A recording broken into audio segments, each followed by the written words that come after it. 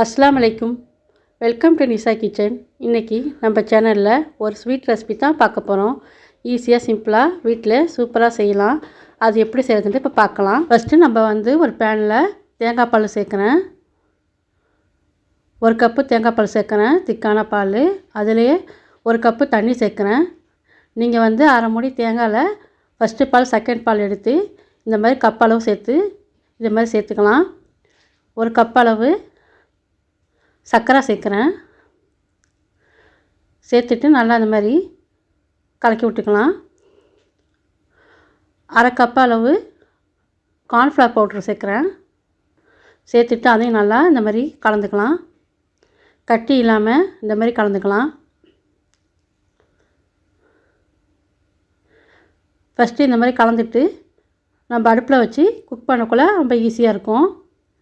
இப்போ இதில் அரை ஸ்பூன் ஏலக்காய் பவுட்ரு சேர்த்துடலாம். சேர்த்துட்டு நல்லா ஒரு தடவை கலக்கிட்டு இப்போ அடுப்பில் வச்சு குக் பண்ணிக்கலாம்.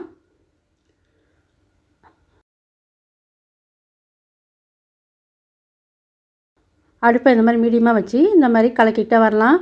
போட்ட சர்க்கரைலாம் நல்லா கரைஞ்சிடுச்சு. இப்போ உப்பு சேர்த்துக்கலாம். இந்த மாதிரி கொஞ்சோண்டு உப்பு சேர்த்துக்கலாம். சேர்த்துட்டு நல்லா இந்த மாதிரி கலக்கிக்கிட்டே வரலாம்.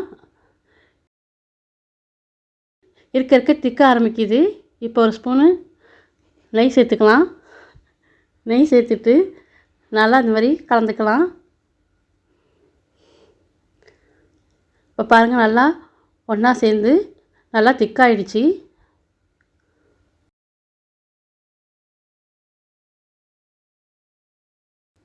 இந்த மாதிரி பேனில் ஒட்டாமல் வந்துடுச்சு. இப்போ ஒரு பாத்திரத்தில் இதே மாதிரி எடுத்து சேர்த்துக்கலாம்.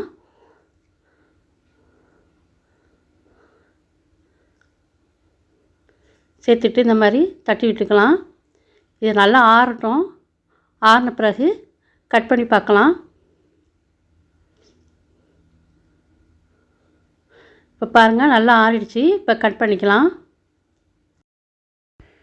வீட்டிலேயே சட்டுண்டு ஸ்வீட் செய்யணும்னு ஆசைப்பட்டால் இந்த மாதிரி 5 நிமிஷத்தில் 3 பொருட்களை வச்சு சூப்பராக ஸ்வீட் செஞ்சிடலாம். நீங்களும் இந்த மாதிரி ஸ்வீட் செஞ்சு பாருங்கள். இந்த வீடியோ பிடிச்சிருந்தா லைக் பண்ணுங்கள், ஷேர் பண்ணுங்கள். மறக்காமல் நிசா கிச்சன் சேனலுக்கு சப்ஸ்கிரைப் பண்ணிக்கோங்க. அடுத்த ஒரு வீடியோவில் பார்க்கலாம்.